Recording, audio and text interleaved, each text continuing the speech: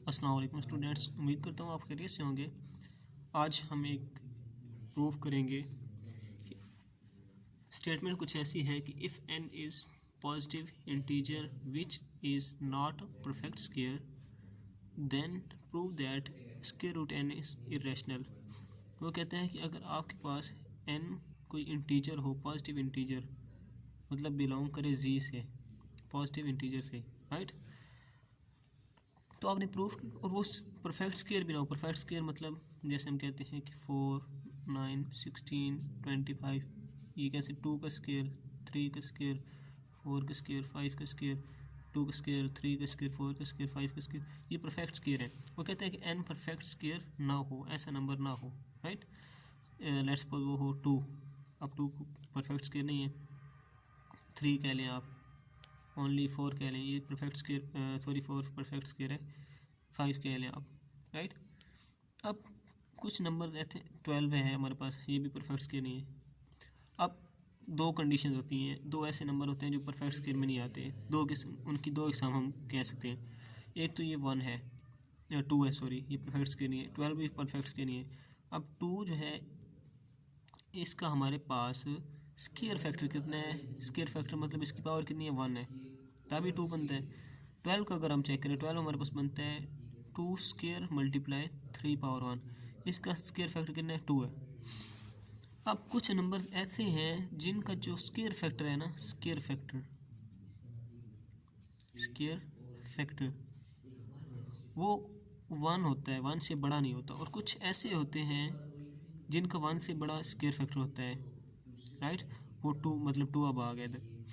तो हम दो केस बना लेंगे, केस 1 और केस 2। उसने हमें सिर्फ ये कहा है कि number square factor perfect square ना हो, ये वाला नंबर ना हो। बाकी अब ये भी हो सकता है और ये भी हो सकता है, तो हम दोनों केस डिस्कस करेंगे, ये भी और ये भी। पहले हम ये केस डिस्कस करते हैं, फिर हम ये केस डिस्कस करेंगे।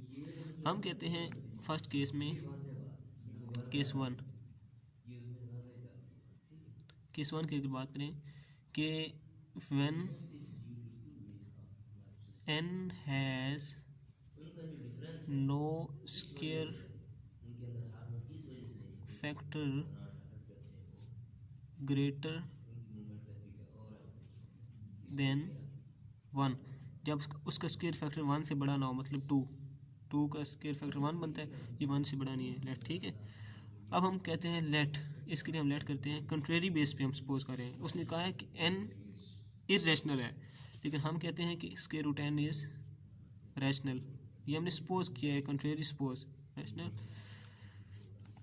तो अगर ये रैशनल है तो हम इसको लिख सकते हैं p और q की फॉर्म में, लिख लिया, where p and q belong to integer and q is not equal to 0, और ये दोनों आपस में क्या है, को प्राइम है, राइट। नेक्स्ट, अगर हम इन दोनों पे स्क्वायर लें, दोनों साइडों पे, तो क्या बनेगा, n स्क्वायर रूट का square is equal to p और q का स्क्वायर।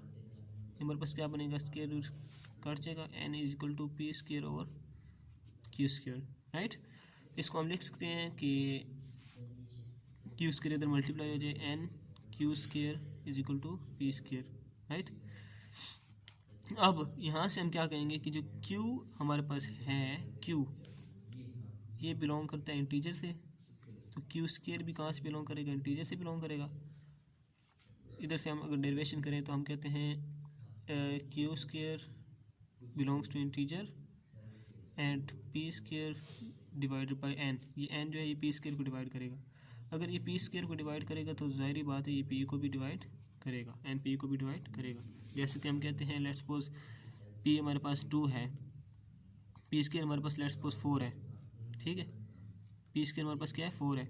अगर 2 4 को डिवाइड कर रहा है तो 2 2 को भी तो डिवाइड करेगा ना, इस तरह हम यहाँ पे कह सकते हैं, राइट।